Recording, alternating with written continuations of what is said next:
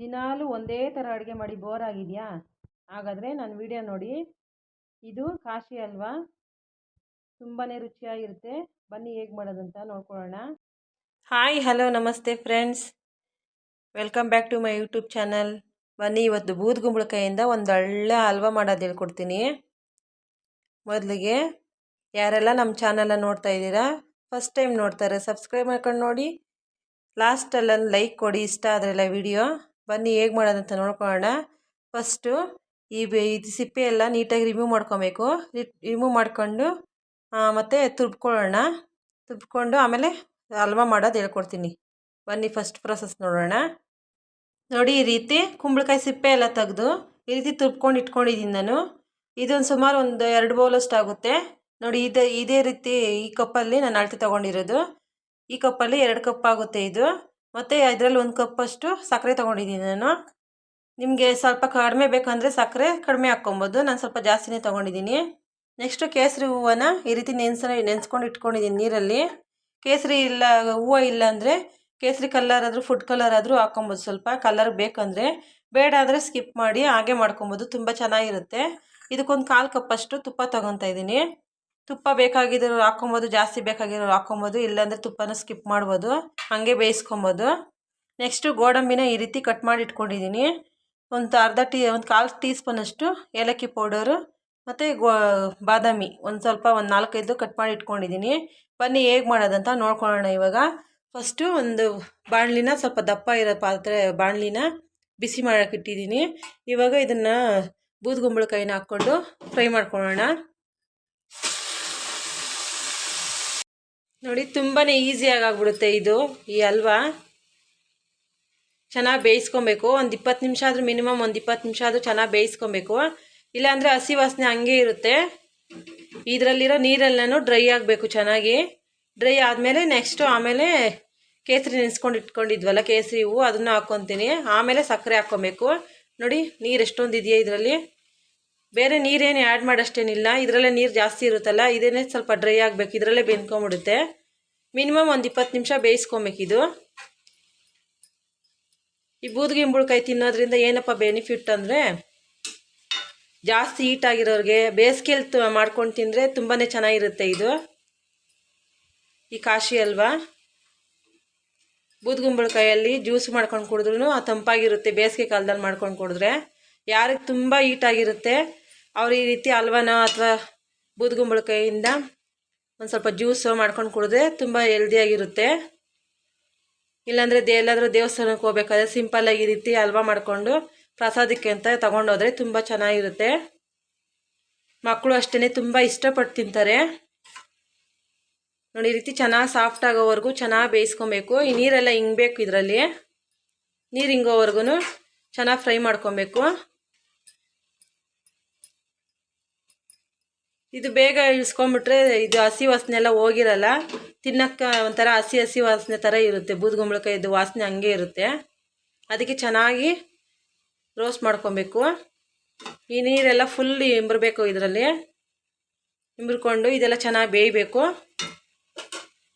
Next ಕೇಸರಿ ಹೂವು ನೆನೆಸ್ಕೊಂಡು ಇಟ್ಕೊಂಡಿದ್ನಲ್ಲ, ಅದನ್ನು ಹಾಕ್ಕೊತೀನಿ. ಬೇಕಂದರೆ ಹಾಕ್ಕೊಳ್ಳಿ, ಇಲ್ಲಾಂದರೆ ಹಂಗೆ ಬೇರೆ ಇದೇ ಕಲರ್ ಇದ್ರೆ ಇರಲಿ ಅಂದರೆ ಅದೇ ಕಲರೇ ಇರಲಿ. ನಾನು ಕಲರ್ಗೋಸ್ಕರ ಆ್ಯಡ್ ಮಾಡ್ಕೊಳ್ತಾ ಇದ್ದೀನಿ. ಇದನ್ನು ಇದ್ರ ಜೊತೆಲಿ ಹಂಗೆ ಮಿಕ್ಸ್ ಮಾಡ್ಕೊಂಡು ನೋಡಿ, ಈ ರೀತಿ ನೀರೆಲ್ಲ ಚೆನ್ನಾಗಿ ಅಬ್ಸರ್ವ್ ಮಾಡ್ಕೊಬೇಕು. ನೀರೆಲ್ಲ ಎಳ್ಕೊಂಡು ಹಲ್ವಾ ಟೈಪ್ಗೆ ಬರಬೇಕಿದು.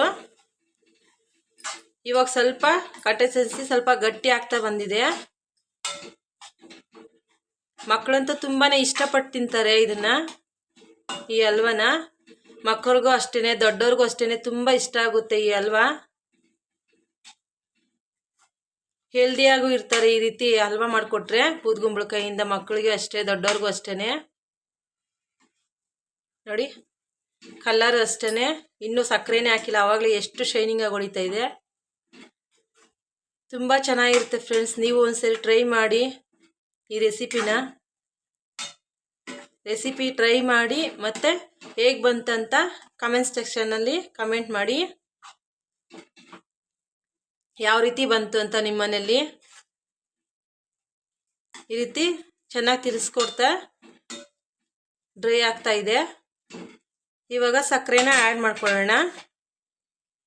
ನೋಡಿ, ಸಕ್ಕರೆ ಹಾಕ್ಕೊತಾ ಇದ್ದೀನಿ ನಾನು. ಸಕ್ಕರೆ ಹಾಕ್ಕೊಂಡು ಚೆನ್ನಾಗಿ ಮಿಕ್ಸ್ ಸಕ್ಕರೆ ಹಾಕ್ಕೊಂಡಿದ್ದೀನಲ್ಲ, ಇವಾಗ ಈ ಸ್ವಲ್ಪ ತೆಳು ಆಗಿದೆ.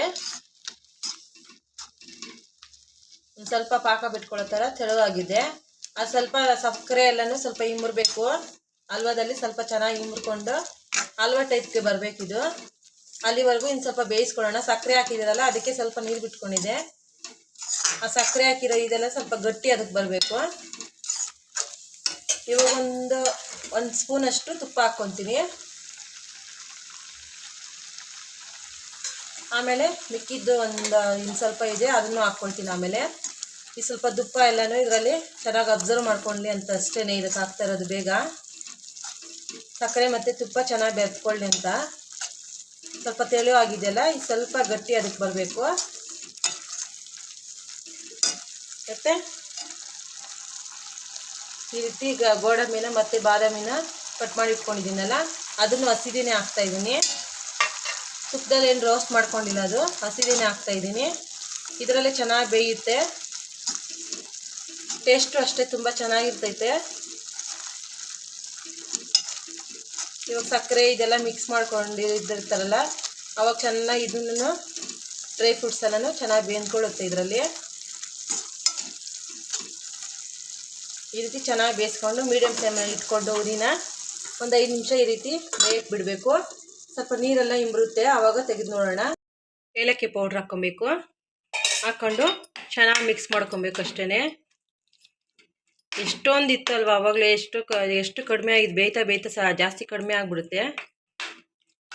ಲಾಸ್ಟಲ್ಲಿ ಹಾಕ್ಕೊಂಡು ಇಳಿಸ್ಕೊಳ್ಳೋದು ಅಷ್ಟೇ, ಏಲಕ್ಕಿ ಪೌಡ್ರ್ ಹಾಕ್ಕೊಂಡು. ಮಿಕ್ಕಿರೋಂಥ ತುಪ್ಪನೆಲ್ಲನೂ ಹಾಕ್ಕೊಳ್ತೀನಿ ನಾನು ಇವಾಗ. ಆವಾಗಲೇ ಹಾಕಿದ ತುಪ್ಪ ಮತ್ತು ಸಕ್ಕರೆ ಎಲ್ಲ ಚೆನ್ನಾಗಿ ಅಬ್ಸರ್ವ್ ಮಾಡ್ಕೊಂಡೈತೆ. ಇವಾಗ ಮಿಕ್ಕಿರೋಂಥ ತುಪ್ಪನೂ ಹಾಕ್ಕೊಂಡು ಚೆನ್ನಾಗಿ ಮಿಕ್ಸ್ ಮಾಡ್ಕೊಂಡು ಒಂದೊಳ್ಳೆ ಮಿಕ್ಸ್ ಮಾಡಿಕೊಂಡು ನೆಕ್ಸ್ಟ್ ಸ್ಟವ್ನ ಆಫ್ ಮಾಡ್ಕೊಂಡ್ಬಿಡೋಣ. ಇದು ಬೂದುಗುಂಬಳಕಾಯಿಯಿಂದ ಮಾಡಿದಿರಂತ ಯಾರೂ ಹೇಳೋದೇ ಇಲ್ಲ, ಅಷ್ಟು ಚೆನ್ನಾಗಿರುತ್ತೆ, ತುಂಬ ರುಚಿಯಾಗಿರುತ್ತೆ. ನಿಮ್ಮ ಮನೇಲೂ ಒಂದ್ಸರಿ ಟ್ರೈ ಮಾಡಿ. ನಮ್ಮ ಮನೇಲಂತೂ ತುಂಬಾ ಚೆನ್ನಾಗಿ ಬಂತು ಈ ಹಲ್ವಾ. ಹೆಣ್ಮಕ್ಳು ಮನೇಲಿ ಇರ್ತಾರಲ್ಲ, ಮಧ್ಯಾಹ್ನ ಟೈಮ್ ಒಂದು ಅರ್ಧ ಗಂಟೆ ಆದರೂ ಫ್ರೀಯಾಗಿರ್ತಾರೆ. ಆವಾಗ ಈ ರೀತಿ ಬೂದುಗುಂಬಳಕಾಯಿ ತಂದಾಗ ಈ ರೀತಿ ಹಲ್ವಾ ಮಾಡ್ಕೊತೀನಿ. ತುಂಬಾ ರುಚಿಯಾಗಿರುತ್ತೆ. ಮಕ್ಕಳು ಅಷ್ಟೇ ತುಂಬ ಇಷ್ಟಪಟ್ಟು ತಿಂತಾರೆ. ಈ ರೀತಿ ಕಲರ್ಫುಲ್ ಆಗಿದ್ರೆ ಎಲ್ಲ ಮಕ್ಕಳು ತುಂಬ ಚೆನ್ನಾಗಿ ಇಷ್ಟಪಟ್ಟು ತಿಂತಾರೆ.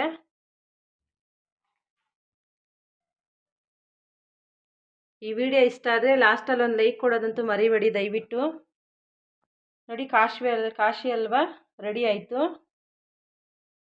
ನೆಕ್ಸ್ಟು ಇನ್ನೊಂದು ವಿಡಿಯೋದಲ್ಲಿ ಇನ್ನೂ ಚೆನ್ನಾಗಿರೋ ರೆಸಿಪಿಯಲ್ಲಿ, ಇನ್ನೂ ಒಳ್ಳೆ ರೆಸಿಪಿಯಲ್ಲಿ ಬರ್ತೀನಿ. ನೆಕ್ಸ್ಟ್ ವಿಡಿಯೋದಲ್ಲಿ ಸಿಗೋಣ. Thank you so much.